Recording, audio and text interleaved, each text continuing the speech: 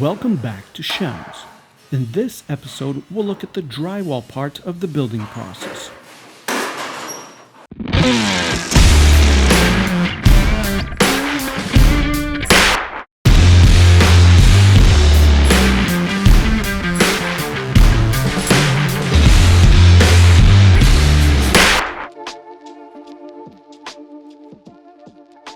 Here's what you need to know about hanging sheetrock.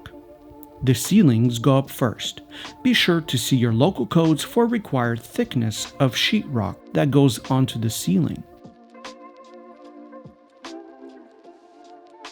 For the walls, start with full sheets. Install them from the top to bottom in a horizontal position.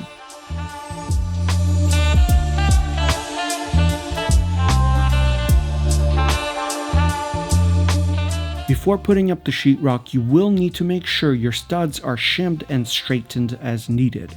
Also, depending on the area you live in, you may need to pass a sheetrock nailing inspection.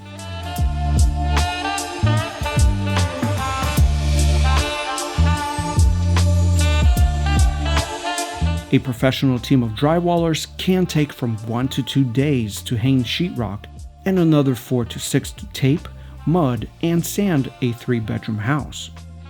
They can do this quickly and they can do it right because they have the experience with tools of the trade. Chances are that they can finish an entire house within the time it would take you to finish one room.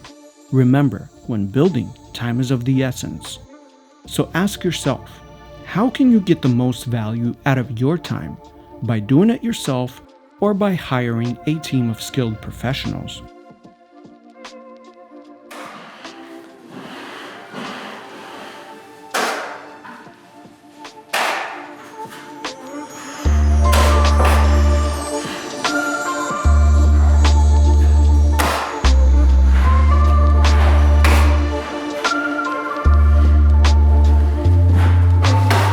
Here are some tools and equipment you will need for the job.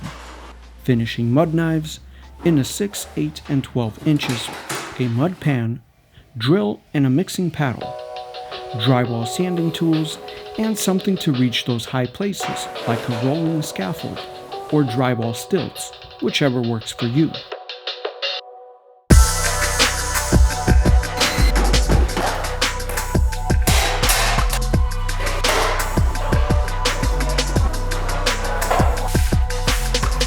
Tape, coat, and sand the joints. Keep the room at a steady temperature to prevent cracking as the mud dries. The finish options for your walls can be a variation of textures, or you can have a flat wall, or imperfect smooth. For this house, we went with the light imperfect smooth. Thank you for watching SHEMSS. To build your very own custom home, go to shemms.com.